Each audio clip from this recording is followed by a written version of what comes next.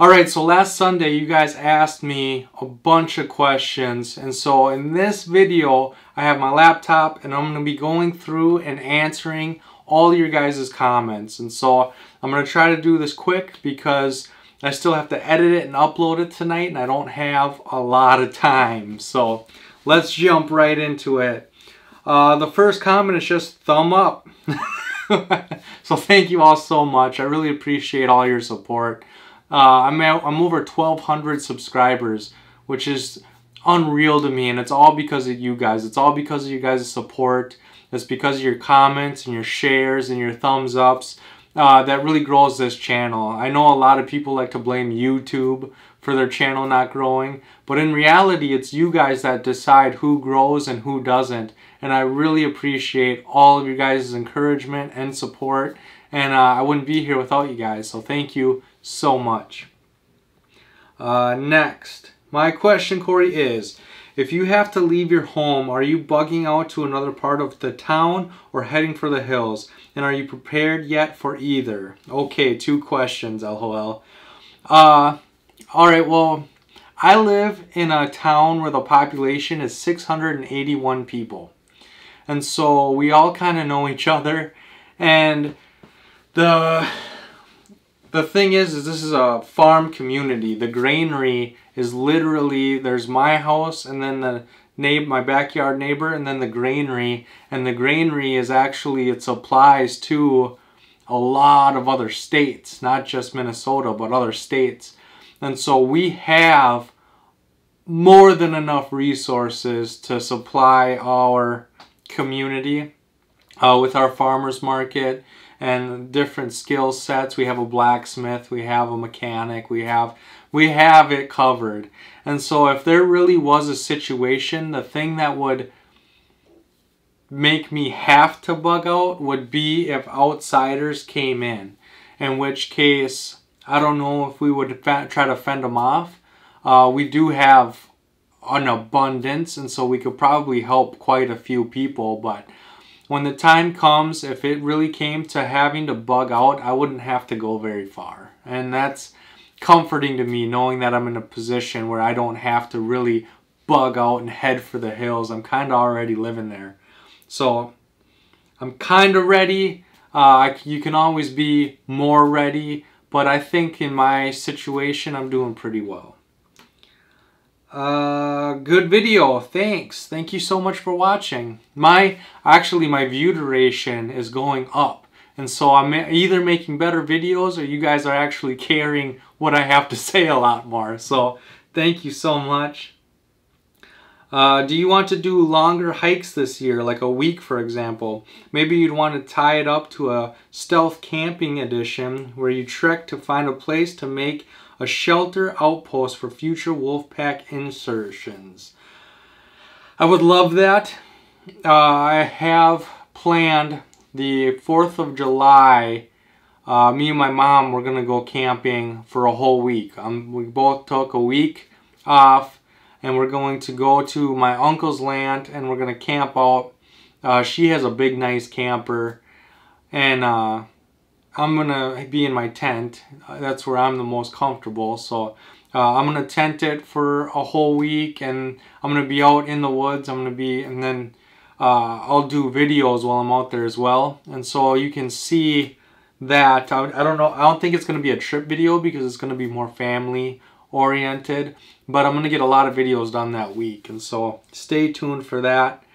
And when it comes to stealth camping, I'm actually looking into state land that I can disperse camp. A lot of you know that I had state land that I used to go to all the time, and they got harvested, which is annoying. And so I've been looking for state land where I can do disperse camping and I can just kind of go out and do my thing. And the hunt still continues. I'm getting closer and closer every day.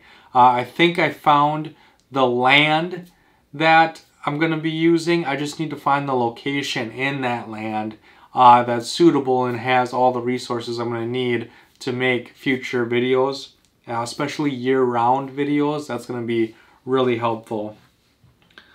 Next is just another thumbs up, some more support. Thank you guys so much.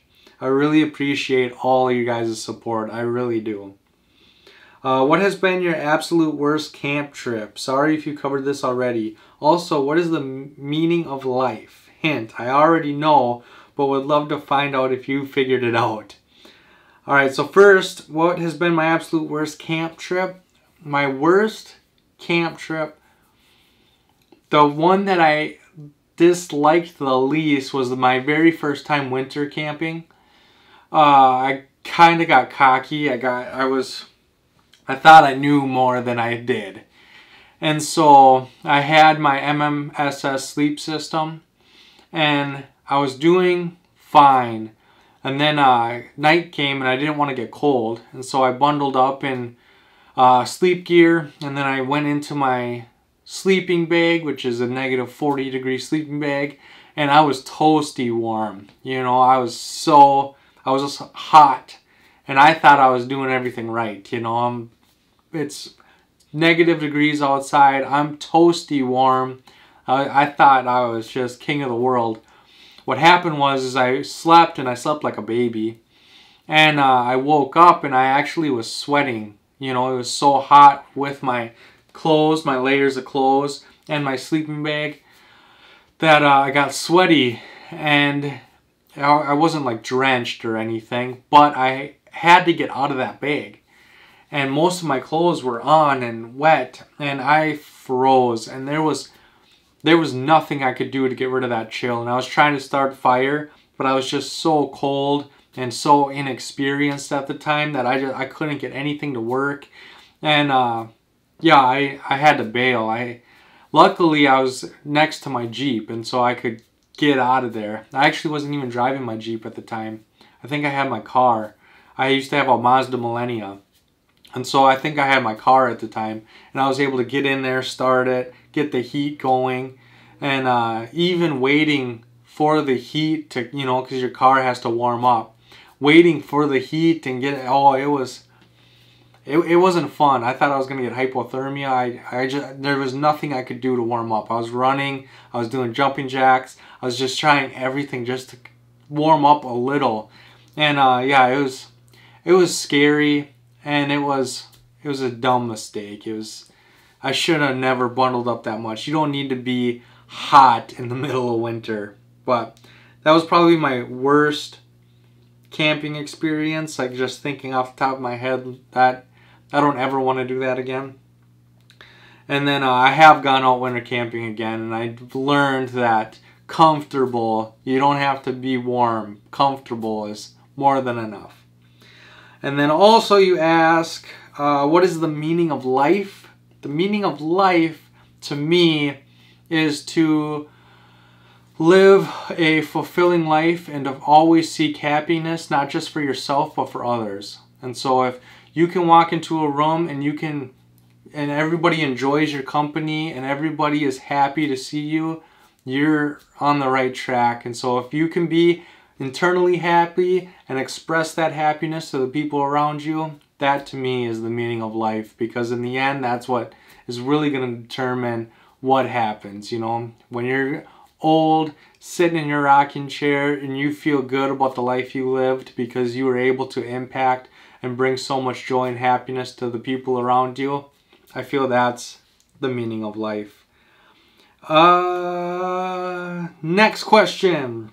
What is your video plans for any outdoor trips, hikes for spring, summer? Any map references we can fab so we can see your trail if possible? Thanks. Okay, so the goal for this year is to find a spot for me to disperse camp. And the land that I think I'm going to be targeting is the Chippewa National Forest.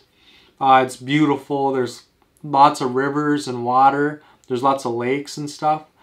And so the 4 W's is what I worry about. Wood, water, weather, and widowmakers.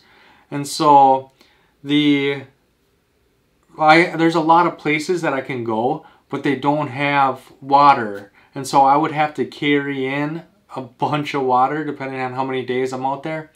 And so finding a place where I can disperse camp with a water resource that's close to home. I don't want to drive 5 hours one way to do an overnighter and then have to spend 5 hours driving back. You know, it burns up your whole weekend just driving and being out there, let alone having to edit and upload and everything. So I'm trying to find, the Chippewa National Forest is 2.5 hours from here, which is still a long ways away, but it's a lot closer than the Superior Hiking Trail. And so I'm kind of working on that, and that's the goal for this summer. I'm going to try different camp areas. I'm going to try different locations in those woods, and I'm going to try to find a spot that's kind of my second home, you know, the place where I can go and make videos and just enjoy myself while I'm out there without having to carry a bunch of weight and in water and have to rely on following rules and regulations and buying wood and all this and that. And so that's the goal here. And then I'll leave a link down below to the map of Chippewa National Park so you guys can kind of see what that's all about. I have a question. Would you watch my latest video and post last night? Would you share it? Thanks, man. Yeah, I already did. I did, and it was about bees. He's got bees, and he put in a hive.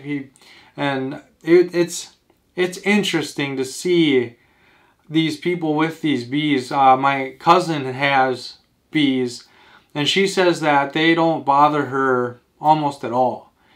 And it's just crazy because my brother's also a truck driver, and so he has to transport bees sometimes.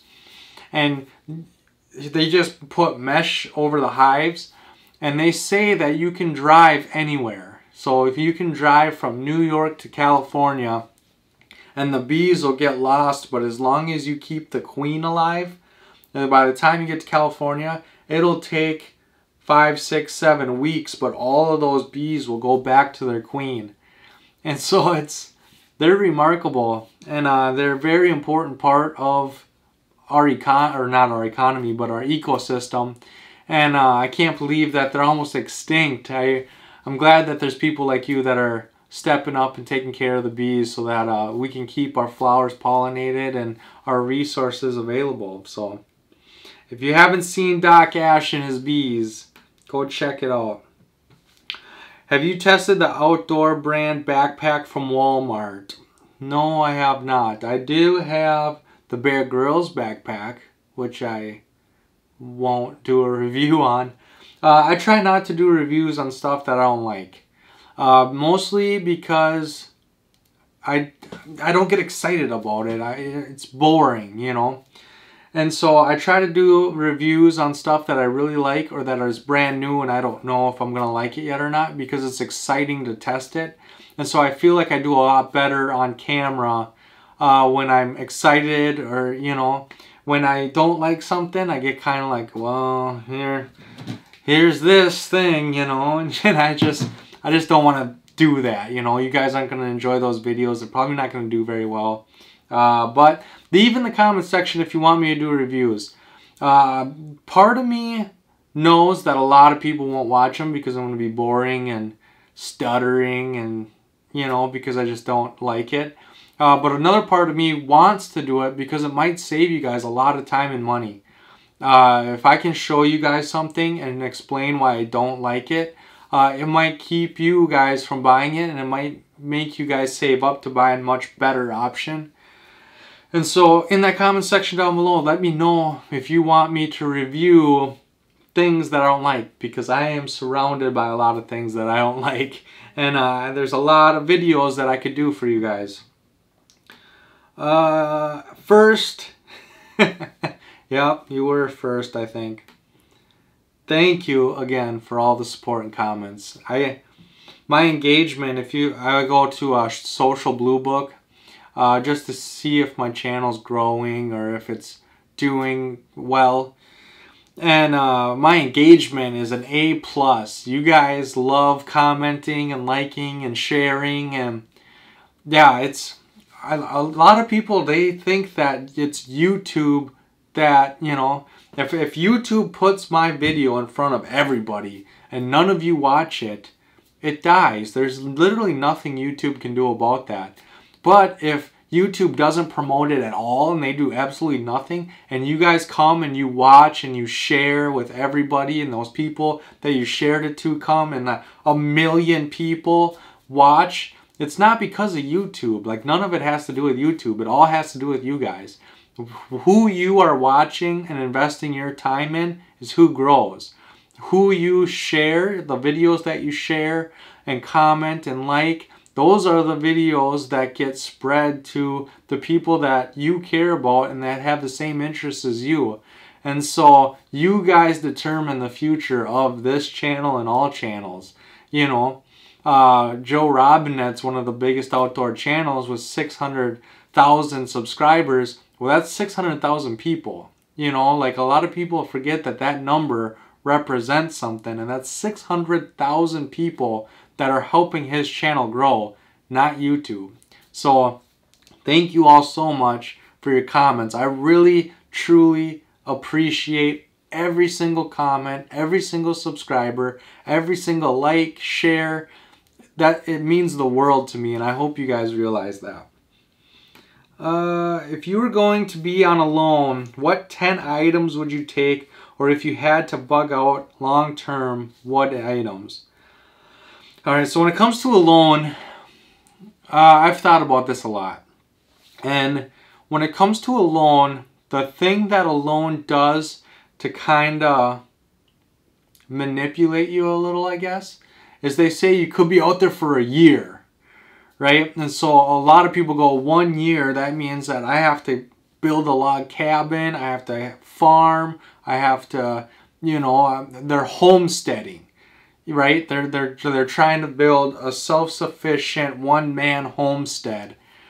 And in reality, if you really think about it, the rules of 3 apply. So you can go 3 minutes without air, 3 hours in extreme weather conditions, 3 days without water, 3 weeks without food, and 3 months without social interaction. And so 90 to 100 days, and after that you'll start going stir crazy. You'll start, you know, your mind won't be, you know, without that interaction and without that communication and everything, you start to go stir crazy. You start forgetting reality. You know, you start losing grip. And so you're talking like 4 or 5 months probably tops, right, before people literally go insane. And so honestly, if you think about it in that regards, 4 or 5 months, that's a through hike. A through hike is usually like 3 to 6 months. And so if you study the backpackers and what they carry on through hikes, I mean, they run to town and get food and stuff. But if you look at their bare necessities, you know, like a simple shelter, a simple cook set, you know, a simple little pot, they spend large, you know, they deal with the elements, they deal with the rain and the storms and everything. And so I would have that mentality of just simple, reserve my calories. I would bring a knife, an axe, a saw, just so that I could process down wood any way that I feel I need to. I would bring a sleeping bag, a bivvy, a tarp, and then from there I would probably bring 2 pounds of food rations. And then, I don't know, I'd bring a pot and a fire starter. And so you have fire, you have a container, you have all your wood processing tools, you have a little shelter, and then from there I would just focus on, you know, I'd have my food rations. So I wouldn't bring like jerky, or I would bring like raw rice or something that's a pain to make. You know, you gotta boil it and it takes a long time to make. Because if I brought jerky, it'd be gone the first day. I'd sit down and I would just start nibbling, you know, because I think it would take a week or 2 for you to realize that you're not going back to work. You're not going home. You know, it would take some time for the reality of it to sink in. And so I would bring something that was a pain in the butt to make, and I would try not to touch it. And then yeah, with my other items, I would just try to reserve calories and just try to get food. I know Jim and Ted, that's where his mind was all the time. He had to get those limpets, had to get the food, get food, get food, get food. And it seems like even Zachary Fowler, he was whittling, he was making spoons, and he was making his wizard staff, and that's what his mindset was on, whittling and making stuff, and that's what made him win. And so I would try to keep it just as simple as possible, get through the 4 or 5 months, and just food and keeping my mind occupied, I think, would be the biggest struggles, not so much the homesteading part of it. So that's my thoughts and ideas. I'm probably wrong, but yeah, that's how I would go about it. But I don't plan on ever being on the show, so I don't have to worry about it too much. Next question is, how many Bark River knives do you own? Which is your favorite? I own one. That's the JX5, the Vengeful One, and that is my favorite one because it's the only one I own. Bark River knives are very expensive, and so when I spend that kind of money on a knife, I want to make sure that I'm getting exactly what I want, right? And so my 2 most expensive knives are my LT Wright Larry Roberts Genesis, which I love, and then the Bark Rivers JX5, which I still want to get a lot more time into it, but I like it a lot. And so what I do is I buy cheaper knives, much cheaper knives, that are the shape different, the handles are different, you know, and I get a feel for how each one performs. And then once I decide what I like and what I really want, that's when I invest the big money. And so hopefully I can get more Bark River knives because I do love their fit and the finish and the everything. They're beautiful knives and they work, and I like Bark River knives, but it's just a matter of being able to afford them. Next, have you ever had any supernaturals happen to you while in the woods? That's my question because I've had some crazy stuff happen to me over the years. Not really. When I'm in the woods, it's usually just noises. It's usually because I'm in bear country almost all the time, and so you always have that in the back of your mind. And so every rustle and everything, you know, is all you think of bears instead of ghosts or whatnot. And so I never really had. I've had encounters where like I'll see something and I'll be like, what is that? But it's usually like a deer or a squirrel or a chipmunk or, you know. And so the night kind of plays games with you. But if you, like I got good flashlights. And so once you shine some light on it, and you can usually find the answers pretty quick. But I do believe in supernatural things. I just never have really experienced any myself. How are you? I am excellent. Thank you very much for asking. Do you use pine trees a lot? Pitch, fatwood, needles, etc.? Yes, I use it almost every time I go camping. I love fatwood. I try to start every fire with fatwood and birch bark. Where I live, fatwood and birch bark are kind of key. They're everywhere. I can go, my next door neighbor has a birch bark or birch tree that I take birch bark off of every once in a while. It'll shed, you know, and so I'll just pick it up off the ground. I won't even touch his tree. I'll just take it off from the road. And so I'm almost always using fatwood or birch bark in almost every fire I make, just because there is such an abundance of it up here in Minnesota. Next, condors are awesome knives. I've never had a problem with any I've had. Stay safe. Yeah, I've been using that bush lorer. So the last video I told you I got this chair I'm using, and the bush lorer and that sleeping pad, and bush lore I've been using a little bit, and I do like it. I like it a lot, actually. The video will be coming up soon. I want to take it out in the woods and use it. And yeah, so stay tuned for that, and you'll get a full review on what I think of that knife. Look who got them a condor. It's about time, LOL. I'm glad you took our advice from the last time we talked about it. Also, I'm doing a Raging River Trading Co. haversack giveaway. Go get in on it if you want. And I did. I went to his video, and yeah, it looks like a really nice haversack. It's got a lot of molly webbing all around it. And so I did get in on that giveaway. And then, yeah, I did. You guys, quite a few of you were talking about the condor and how my budget knives on Amazon video, you guys were talking about condor. And so my last two knives that I've got, the last one I got was the, well, not the Vengeful One, but the Gerber, or not Gerber, the Garberg came from you guys recommending it, and I love that knife. That's one of my favorite knives. And so then you guys were talking about condor, and so I bought my condor on your guys' recommendations, and I've been liking that as well. And so hopefully I can get a video out on that as well, because yeah, a lot of my knowledge comes from you guys, like my video ideas, what I purchase. It comes from you guys, because if you guys are the ones that are talking about it and ranting and raving about it, it's probably what the rest of you want to see. And so that's how I make a lot of my decisions. You guys fuel this channel a lot more than I think you guys realize. So thank you for all of your suggestions and support. What is your go-to, or never go in the woods without gear? How or why did you choose it?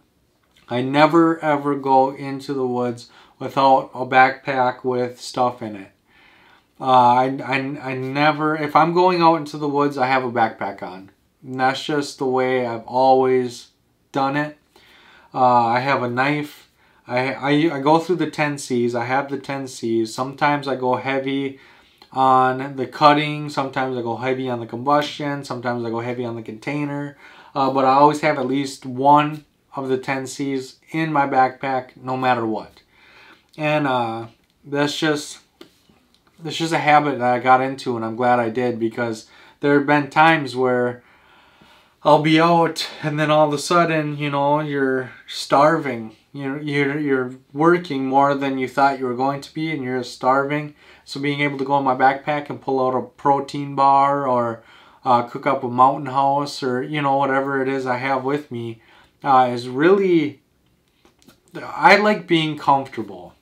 A lot of people, their channel is all about like minimalists and survival, and I want this channel to be about comfort. Like when I go in the woods, that's my time to escape and to kind of just reflect on life. And it's the most enjoyable part of my life, is being out there and just being at peace with nature, you know. And I like to be as comfortable as possible. And so by carrying that backpack full of items, it helps me stay comfortable all the time. Because the way I see it is, if you're comfortable, that means you're safe, which means you're not in a survival situation. You know, if you're comfortable and you stay comfortable, you're never going to be in that survival situation. You're comfortable because you're safe. You're not putting yourself in danger. You're not shortchanging yourself anywhere. So comfort to me is the most important thing, because if you're comfortable, if you're comfortable at night while you're sleeping, you're gonna wake up refreshed and energized. When you're comfortable whittling, you know, you're not in a hurry, you really aren't doing anything, and you're just comfortable with what you're doing, you're not gonna slip and you're not gonna make mistakes. You know, so I try to base everything on comfort. And having that backpack on me with all the things that I need makes me comfortable, because I know no matter what, I'm going to be okay. I have what I need to get by. So that is that. It's probably not the answer you were looking for, but if I had to get one item, it would be a knife. I never go anywhere without my knife, because you can do so much with a knife. Alright, next question. Great video and nice gear as well. And I would like to have a haversack, but I didn't find any.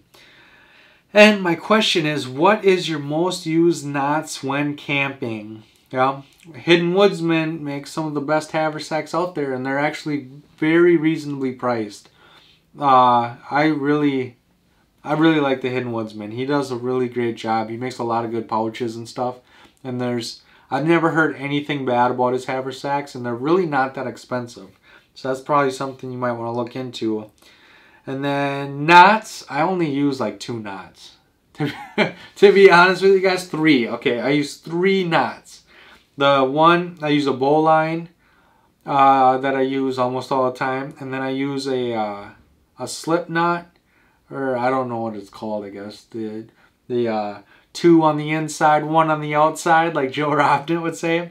I use that all the time. And then sometimes I'll use a trucker's hitch. Depending on what with the ridge line, I will use the 2 on the inside, 1 on the outside, or the trucker's hitch, depending on how strong it needs to be. And so those are the 3 knots that I use. I guess I do use a Prusik on my hammock ridge lines. I do have a Prusik, but those just stay on my line. I don't retie them ever. But those are on there. Next, great stuff. If you could go anywhere in the world, where would you and why? I don't know. I would like to go to Canada just because they're, you know, the woods are open for whatever you want, you know. It'd be cool to hang out with Joe too. He'll hang out with Joe Robinette and Sean and Scrambled O. But another place I'd like to go is I'd like to go to Africa and just see the animals.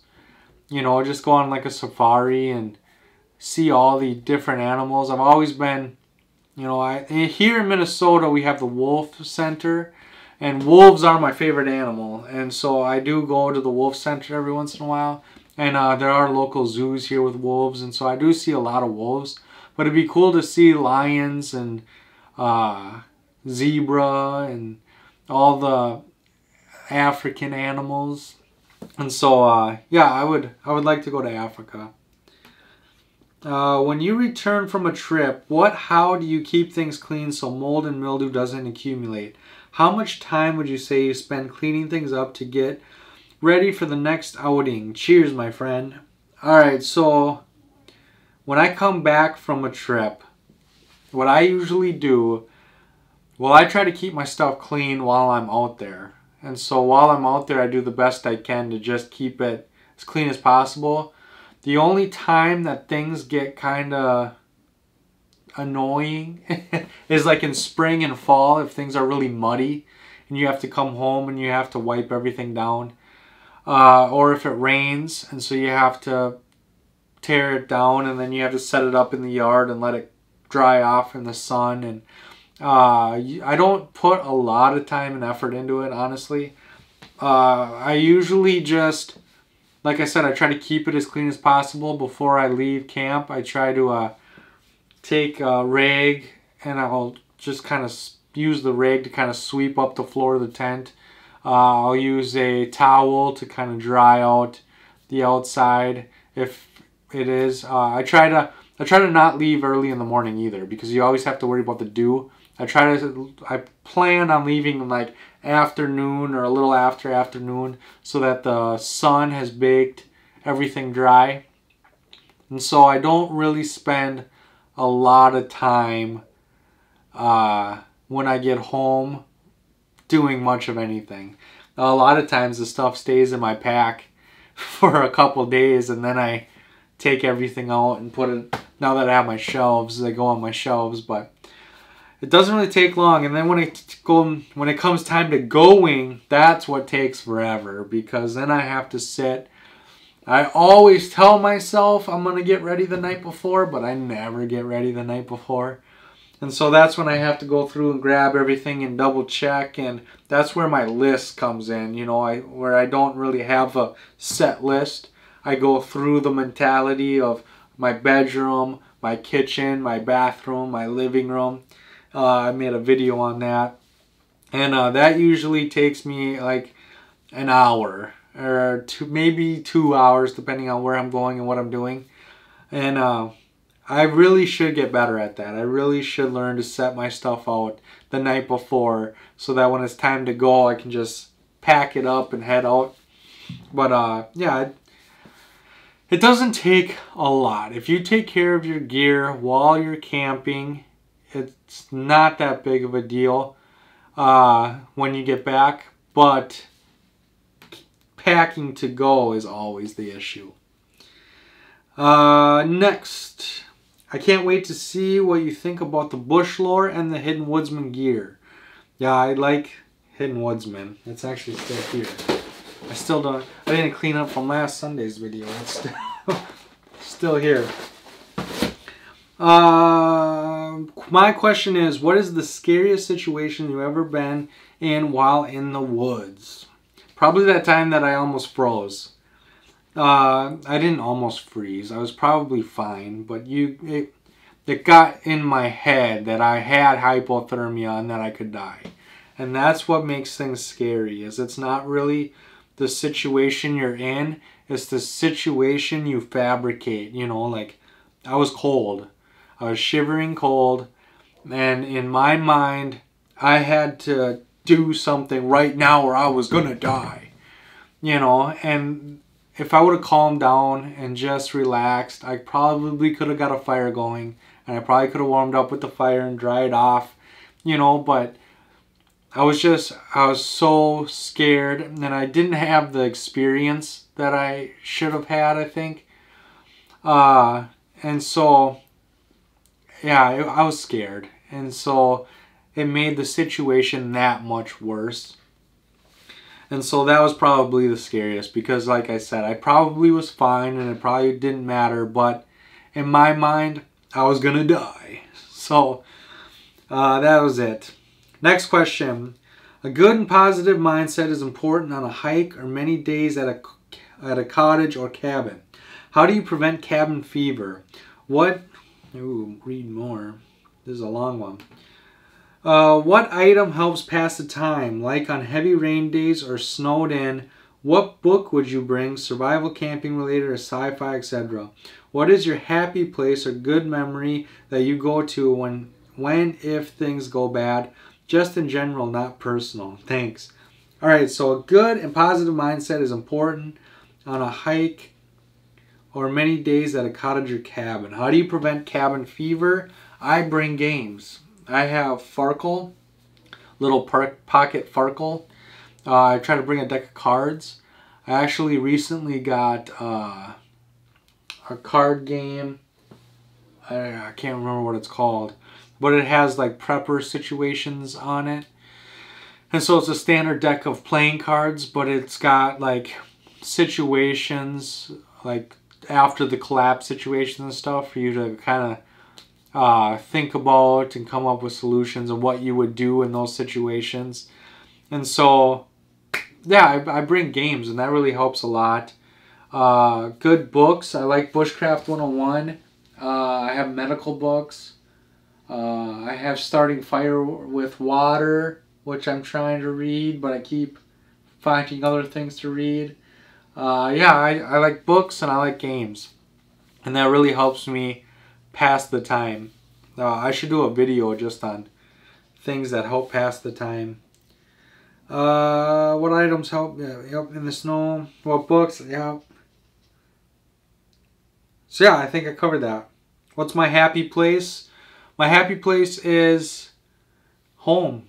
You know, like I have Caroline and my son, and just being here with, you know, even when they're gone, I still have the dog, and just knowing that I'm gonna come home. I'm gonna be with my dog and my girlfriend and my son, and you know, if you give up, you don't get that, you know. But if by sticking with it and going, you're gonna go home. You're gonna see them again, and that's the mindset that I always get into. Even when I was in bad situations in life, I made bad decisions and ended up in jail a few times, and even then, you know, you get in that. You get in that dark place, But you just tell yourself, you know, you have a sentence. You're gonna go home. You know, you have the opportunity to make better decisions once you're at home. You know, nothing is forever. Nothing. The good doesn't last forever, unfortunately, and the bad, luckily, doesn't last forever. Nothing lasts forever. And so you just always got to be in that mindset that, you know, this happy situation isn't going to last forever, so I need to take advantage of it. And this bad situation isn't going to last forever, so you just got to buck up and get through it. And then the happiness is always on the other side. And so that's how I get through those. I'm going to change the camera battery because it's dead. So we'll do that real quick. Alright, so if you're still here, I only got 2 questions left. So thank you for sticking with me, even though I've already gone through a whole memory. My camera records 30 minutes, so I don't know how much of that's going to get edited out. And then my battery died. So if you stuck through me through all of that, I appreciate you very much. You're one of the real pack members. Alright, so first question. When and where was your most challenging camping trip? Probably that winter, that first winter camp out. Because like I said, I was crushing it at first. I got out there and I had fire and I was roasting marshmallows and I ate good and everything was good. And then that next morning, I tried everything I knew, it seemed like. It seemed like I was out there just trying everything, and I just fail after fail after fail after fail, and it just ate me alive. I couldn't get past that. You know, every single thing was just fail, fail, fail, and then I finally got to the point where I was gonna die, you know, and I get in my car and I'm waiting for it to warm up, and I'm, you know, you're sitting there, you just gave it 110% and just failed miserably. And so then you go to your one and only escape, you know, I tapped out, and even after tapping out, I had to wait for my car to warm up, and I was just sitting there in just utter and total defeat, you know. And again, it was all just in my head. I'm sure all of it was just, I was panicked and I was scared, and it was all in my head. But that's 90% of it, you know. Like once your mind goes there, just like Prep Ford's question, you know, once your mind goes there, it's so hard to bring it back. So hard to bring it back. Especially when things aren't going right, you know. It's easy to keep a good mindset like when you're doing good. When I was doing good, I was the man. I thought I was the best camper in the whole entire world, you know. But then once that first thing goes wrong, you know, in staying in that mindset where you're fine, I'm okay, I can do this, you know, instead of crap, now what? You know, it's just that one thing, and then that crap, now what? And then you start making more mistakes, and then you just get down into this rabbit hole where you're just nothing. You're not making good decisions. You're not logically looking at things. You're not, you know. And so that was hard. But I learned a lot from it too. So second question. I see you have merch. I like it. Is it an easy process to make it? Yes. It is very easy. Don't plan on making any money off of it though. I get $1 for every item that's sold, so I don't make anything off it really. And basically all you do, like I use Spreadshirts, links are in the description down below. So you go to Spreadshirt, you sign up, and then they give you a store front, and you set up, you know, you have your design. So you set up your design, and then you set up how you want it to look on the shirts and everything, and you go through that.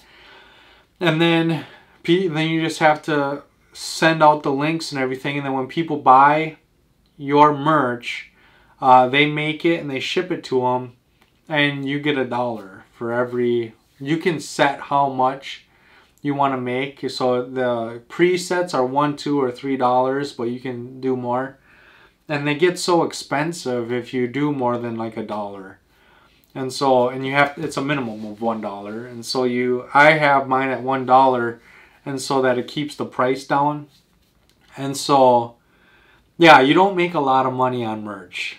I don't make almost anything on merch, but it's just kind of cool, you know, especially I get it at a discount now. So now I can buy my own merch, and I can wear, I don't have it on today, I got my Superman because you guys love this shirt. But I can have my own merch and I can wear it out, and you know, eventually I want to get to a point where, so you guys, my merch money buys me more merch. So instead of me getting, you know, like $10, I just reinvest it into a shirt. You know, and so eventually I'd like to get to a point where all I wear is Wolfpack Woodcraft, on camera anyway. And so it is easy. Just go to Spreadshirts, sign up for it, make a design, put it in the design, make it look how you want it to look on the shirt and the mugs and the bandanas and the cooking and the bags and the everything.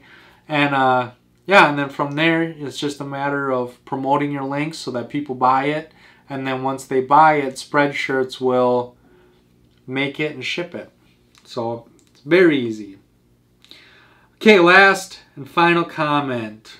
How much wood potentially could a woodchuck chuck if he were fixing to chuck wood, then everybody knows that the answer is 7.3. It's common knowledge here in Minnesota. So, there it is. I did it. I went through it all. This is a long video. It's with a lot of questions and a lot of answers, but mostly a bunch of support. And this, I can't thank you guys enough for all of the encouragement and support that you guys have for this channel. And the main thing that I wanted to express by making this video is how much you guys impact this channel. It's nothing without you guys. It's literally nothing. I see a lot of channels that just die, and it's not because the person stops, it's because the community stops. They stop showing up. And so it's hard. This isn't easy making these videos. It's not easy putting in the time and the energy, especially when no one cares, you know. And so knowing that you guys are showing up and you guys are leaving the comments and the likes and the shares and the everything, you know, it encourages me to keep going. It encourages me to, I want to make 6 videos a week, but I just don't have the time or the ideas really. And so just, I got a lot more coming, and it's because of you guys. I got so much I want to share with you personally, you know, like there's a lot of things that I want to show you guys. And so thank you so much for coming along, and thank you so much for joining the pack. And I can't wait to see how much bigger we can make this thing. I'm excited. I'm super excited. I keep growing every single day. Even if it's just by 1 or 2 subs, it's still progress. We're still getting there, and we're doing it together. We're a pack. We do everything together. And so make sure to leave any knowledge or questions in that comment section.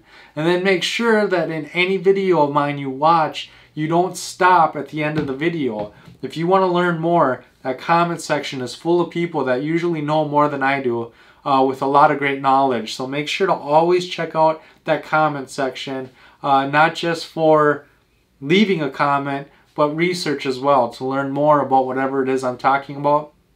Then as always, don't forget to subscribe and come join the pack. I have a new video every Sunday and Thursday, and I can't wait to see you on the next one. Thanks, guys.